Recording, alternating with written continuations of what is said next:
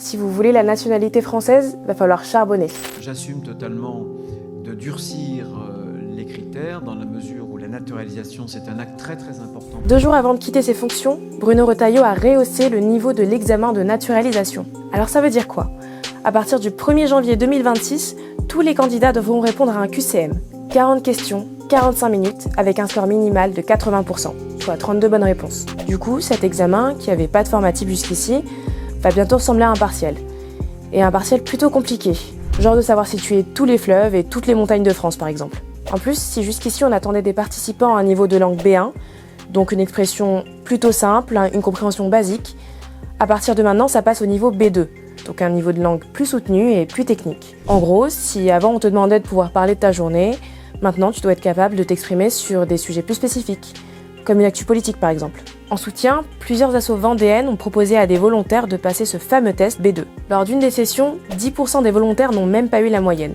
Et oui, ils étaient tous français. Déjà, en juillet, un décret de la loi immigration a suscité beaucoup de polémiques. L'Œil du 20h avait alors organisé un test avec des volontaires et la moitié avait échoué à l'écrit. Alors, est-ce qu'on doit retirer la nationalité aux Français qui ont échoué? Bien sûr que non. Pourtant, le but de cet examen, c'est d'évaluer la citoyenneté des participants. Du coup, ça nous interroge. C'est quoi être citoyen?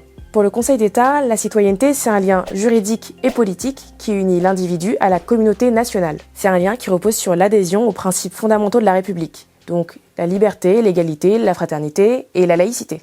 Mais au-delà du statut juridique, le Conseil d'État souligne l'importance d'une participation à la vie démocratique et civique de la nation, d'autant plus au niveau local, où l'intégration dans la communauté est essentielle pour être considéré comme un citoyen. En 2022, l'asso Empreinte Citoyenne a mené une enquête auprès de 600 maires sur leur définition de la citoyenneté. Parmi eux, 7% seulement définissent le citoyen par son statut, donc une personne de nationalité française et de plus de 18 ans. Et 56% considèrent qu'être citoyen, c'est avant tout respecter les biens, les personnes et les lois. Autrement dit, avoir des droits et des devoirs.